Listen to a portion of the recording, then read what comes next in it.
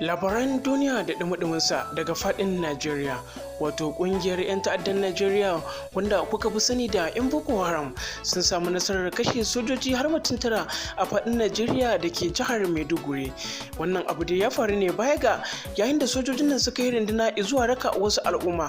A daidai wannan lokaci ne waɗannan kungiya ta 'yan ta'adda wato 'yan Boko Haram suka samu nasarar kashe sojojin Najeriya har mutum 9. Kafin nan dan Allah dan Annabi 'yan uwa ku danna mana wannan kalma mai suna subscribing, sannan ku danna ƙararrawar sanarwa domin ko hakan shi kaɗai ne zai bamu damar sanar da ku da wuri a duk lokacin da muka ɗora sababbin bidiyon mu a wannan tasha ta mai albarka mai suna fuskar arewa. Sai ku ƙoƙarin bamu aron kunnuwayen ku domin ganin wannan bidiyo da kuma jin yadda wannan artabi ya faru tsakanin waɗannan 'yan ta'adda da kuma sojojin Najeriya.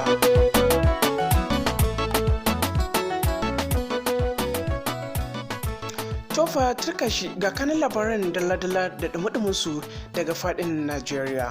A jiya nan ne kungiyar 'yan ta'addan Najeriya wato 'yan Boko Haram suka samu nasarar kashe sojojin Najeriya har mutum 9 yayin da waɗannan sojoji suka yi runduna zuwa raka wata al'umma daga garin na Maiduguri zuwa wani local government da ake kiransa Gambo. A daidai wannan lokaci ne waɗannan 'yan ta'adda wato 'yan Boko Haram suka zambaci sojojin Najeriya yayin da suka kai musu farmaki. Suka kashe sojojin Najeriya mutum 9 sannan suka kashe 'yan sa kai mutum 2 ba gaira ba dalili. Su dai waɗannan al'umma da ake kiransu 'yan Boko Haram waɗanda suke tunanin lalle duk abubuwan da suke daidai suke yi, sun daɗe suna cin karansu babu baka a faɗin ƙasar nan wato Najeriya. Sai dai mu ta addu'a Allah ya shiga tsakaninmu da su, domin ko waɗannan mutane sun kasance mutane ne wanda suke da wani irin hali irin na Yahudawa.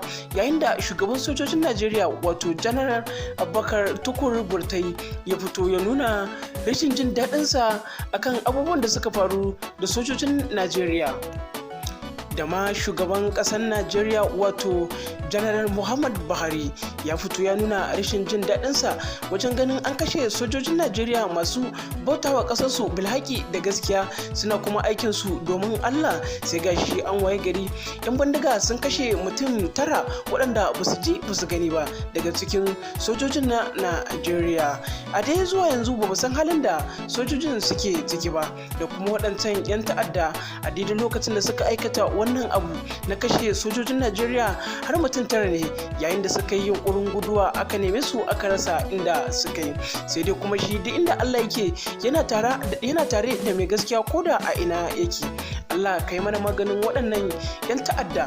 Dan Allah dan Annabi jama'an Najeriya, menene ra'ayinku akan wannan abin da ya faru wanda ba shi da daɗi, ya zama abu ne wanda ga duk wani ɗan Najeriya ba zai taɓa jin daɗinsa ba. Sai ku ƙoƙarin ba mu amsa a shafinmu na comment. Idan wannan ne farkon zonka ka danna mana subscribe sannan ku danna ƙararrawar sanarwa domin ko hakan shi kaɗai ne zai ba mu damar sanar da ku da wuri a duk lokacin da muka ɗora sababbin bidiyon mu a wannan tasha ta mai albarka da suna fuskar arewa. Mun gode sauraron shirin mu, ku huta lafiya.